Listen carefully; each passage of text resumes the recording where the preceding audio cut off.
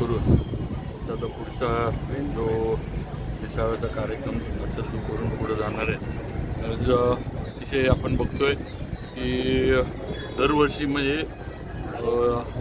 पंढरपुराला दर्शनाला महाराष्ट्रातील आणि आसपासच्या राज्यातील जो कर्नाटक असेल, आंध्र असेल, मध्य प्रदेश असेल, या राज्यातून सुद्धा लाखो भाविक हे या वारीच्या याच्यामध्ये येतात, सहभागी होतात आणि एक अतिशय एक भक्तिमय वातावरण संपूर्ण परिसरामध्ये निर्माण झालेलं असतं.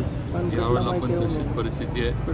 प्रशासनानं पण चोख सगळी जी काय लागणारी मदत आहे, बंदोबस्त आहे आणि आरोग्याची सेवा असेल, बाकीच्या सेवा असतील, ह्या सन्मान्य मुख्यमंत्री साहेब, उपमुख्यमंत्री आपले एकनाथ शिंदे साहेब, सुनेत्रा वहिनी या सगळ्यांनी आणि जिल्ह्यातील पण आम्ही सर्व, मी असीन, जयकुमार गोरेभाऊ असतील, जे पालकमंत्री शंभूराजे आहेत, मकरंदाबा आहेत, जिल्हा परिषद आहे आपल्या प्रियाताई असतील, भैया राजू भैया, सगळ्यांनी हा सगळा जो प्रवास आहे हा सुकर व्हावा.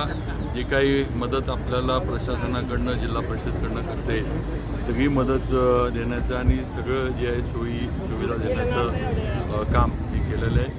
आणि आताच माऊलींच्या पादुकांचं दर्शन या ठिकाणी घेण्यात आलं आणि हे सगळ्यांवरच आपल्यावर आशीर्वाद विठ्ठलाचा आहे, कायम राहावा. ते आपल्या सर्वांच्या वतीनं विठ्ठलाला संपूर्ण महाराष्ट्रानं पावसासाठी साकडं घालावं.